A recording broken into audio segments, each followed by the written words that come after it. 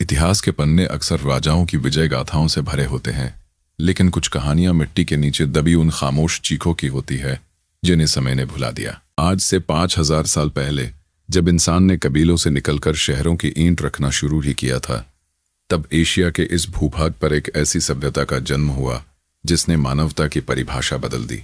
ये कहानी है सिंधु घाटी सभ्यता की, एक ऐसा साम्राज्य जिसने बिना किसी युद्ध के, बिना किसी बड़े हथियार के दुनिया को व्यापार और शांति का पहला पाठ पढ़ाया। लेकिन आज का सबसे बड़ा रहस्य ये नहीं है कि वे कौन थे, बल्कि ये है कि वे अचानक कहाँ चले गए। क्या वे मिटा दिए गए या वे अपनी ही गलतियों का शिकार हुए? हड़प्पा और मोहनजोदड़ो ये केवल शहरों के नाम नहीं थे, ये इंजीनियरिंग के चमत्कार थे।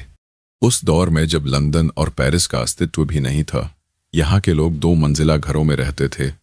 उनकी सड़कें एक दूसरे को समकोण पर काटती थी, लेकिन सबसे हैरान करने वाली बात थी उनकी जल निकासी व्यवस्था। हर घर से निकलने वाला गंदा पानी ढकी हुई नालियों के जरिए शहर के बाहर जाता था। एक ऐसी सफाई व्यवस्था जिसे हासिल करने में आज के आधुनिक भारत को भी संघर्ष करना पड़ रहा है। यहाँ के व्यापारी दूर दराज के देशों जैसे मेसोपोटामिया तक अपनी मुहरें भेजते थे। उनकी नापतोल की इकाइयां इतनी सटीक थी कि उनमें रत्ती भर का फर्क नहीं होता था। यह एक यूटोपिया था जहां ऊंच नीच के निशान बहुत कम थे। पर क्या यह व्यवस्था ही उनके विनाश का कारण बनी? क्या वे इतने शांत थे कि आने वाले खतरों को भांप नहीं सके? सिंधु घाटी की सबसे बड़ी अनसुलझी पहेली है उनकी भाषा। हजारों मुहरों और बर्तनों पर हमें एक अनोखी लिपि मिली है, लेकिन आज तक दुनिया का कोई भी भाषाविद उसे पढ़ नहीं पाया है। वे क्या लिखते थे, उनके कानून क्या थे, उनके कवियों ने क्या लिखा, ये सब उस लिपि के साथ ही दनन हो गया। कुछ लोग कहते हैं कि ये चिन्ह उनके देवताओं के नाम है, तो कुछ इसे व्यापारिक कोड मानते हैं। सोचिए, अगर आज हम उनकी लिपि पढ़ पाते तो शायद हमें पता चल जाता कि उनके अंतिम दिनों में उनके साथ क्या हुआ था। क्या उन्होंने आने वाली तबाही की कोई चेतावनी लिखी थी? क्या उन्होंने अपने बच्चों के लिए कोई विदाई संदेश छोड़ा था?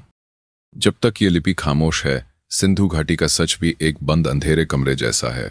साल 1922 में जब पहली बार मोहनजोदड़ो को खोदा गया तो पुरातत्वविदों की रूह कांप गई। सगों के बीचों बीच बिखरे हुए कंकाल, कुछ सीढ़ियों पर गिरते हुए तो कुछ एक दूसरे का हाथ थामे हुए। इसे नाम दिया गया मुर्दों का टीला। सालों तक यह थ्योरी चली कि मध्य एशिया से आए आर्यों ने अपनी तलवारों से इस सभ्यता का अंत किया। कहा गया कि घोड़ों पर सवार इन लड़ाकों ने निहत्थे हड़प्पा वासियों का नरसंहार किया। लेकिन आधुनिक विज्ञान और डीएनए रिसर्च ने एक चौंकाने वाला खुलासा किया। उन कंकालों पर युद्ध के जख्म नहीं थे, बल्कि वे कुपोषण और बीमारियों के शिकार थे। तो अगर तलवारों ने उन्हें नहीं मारा तो वो कौन सी अदृश्य तलवार थी जिसने इस साम्राज्य को जड़ से काट दिया? सिंधु और सरस्वती नदियां इस सभ्यता की रगों में बहने वाला खून थी। लेकिन कुदरत ने अपना सबसे क्रूर चेहरा दिखाया। भूगर्भीय हलचलों के कारण नदियों ने अपने मार्ग बदल लिए। जो नदियां जीवन देती थी वे अब या तो सूख गईं या विनाशकारी बाढ़ लाने लगी। सिंधु नदी ने अपना रास्ता बदल लिया और शहर से कोसों दूर चली गई। बिना पानी के ये भव्य शहर सिर ईंटों के ढेर बन गए। खेती बर्बाद हो गई, व्यापारिक जहाजों का रास्ता बंद हो गया, लोग दाने दाने के लिए मोहताज हो गए। जो समाज कभी हाथी दांत और सोने का व्यापार करता था, वह अब सिर जिंदा रहने की जंग लड़ रहा था। यह एक धीमी मौत थी।